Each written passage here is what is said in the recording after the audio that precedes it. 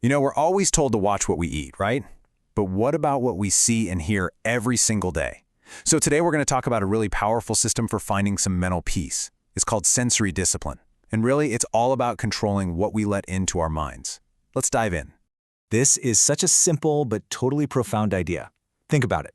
Just like food fuels our bodies, everything we see, everything we hear, that's the fuel for our minds. It literally shapes our mood, our energy, and yeah, even how well we can focus on what matters. So what happens when we're running on the wrong kind of mental fuel?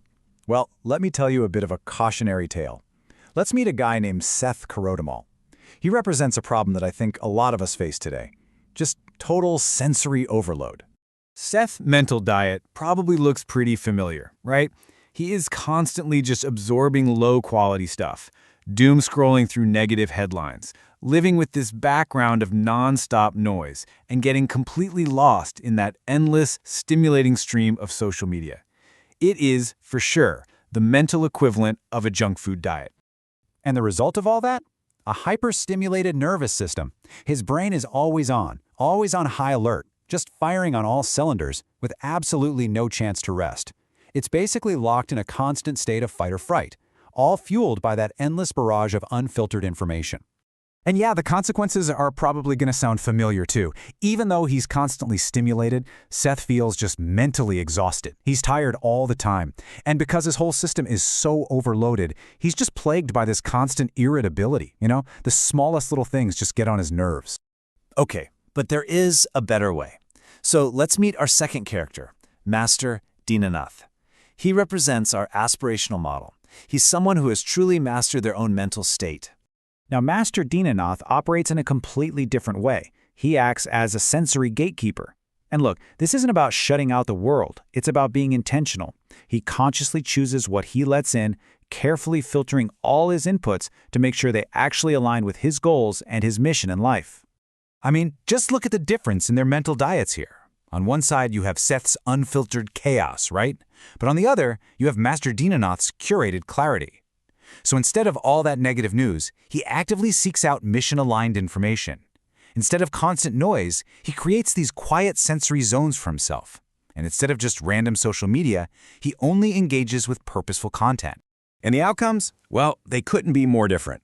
While Seth is left just fatigued and irritable, Master Dinanath achieves this deep sense of mental peace and focus.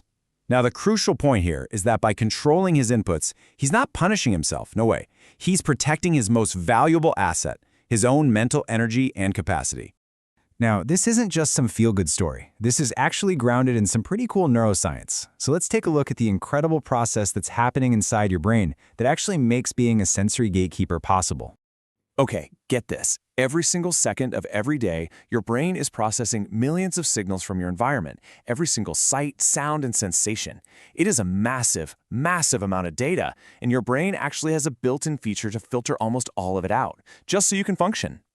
This natural filtration system is called sensory gating. It's the neurological process that decides what to pay attention to and what to just treat as background noise. You can think of it as your brain's own internal gatekeeper, and it is constantly on duty.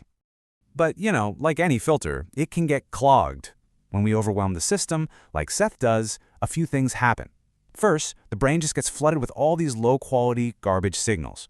Second, that natural gating mechanism, it just can't keep up. It fails. And third, our mental capacity becomes compromised, and that leads directly to that fatigue and irritability we talked about. So, what does all this mean for you? Well, the moral of the story is actually simple but incredibly powerful. You are in control. That internal gatekeeper, that sensory gating system, it's not just automatic. You can consciously direct it. You have the ability to train your brain's natural filtration system. This right here is the key idea to remember. Your senses, what you see, what you hear, they are the literal doorways to your mind.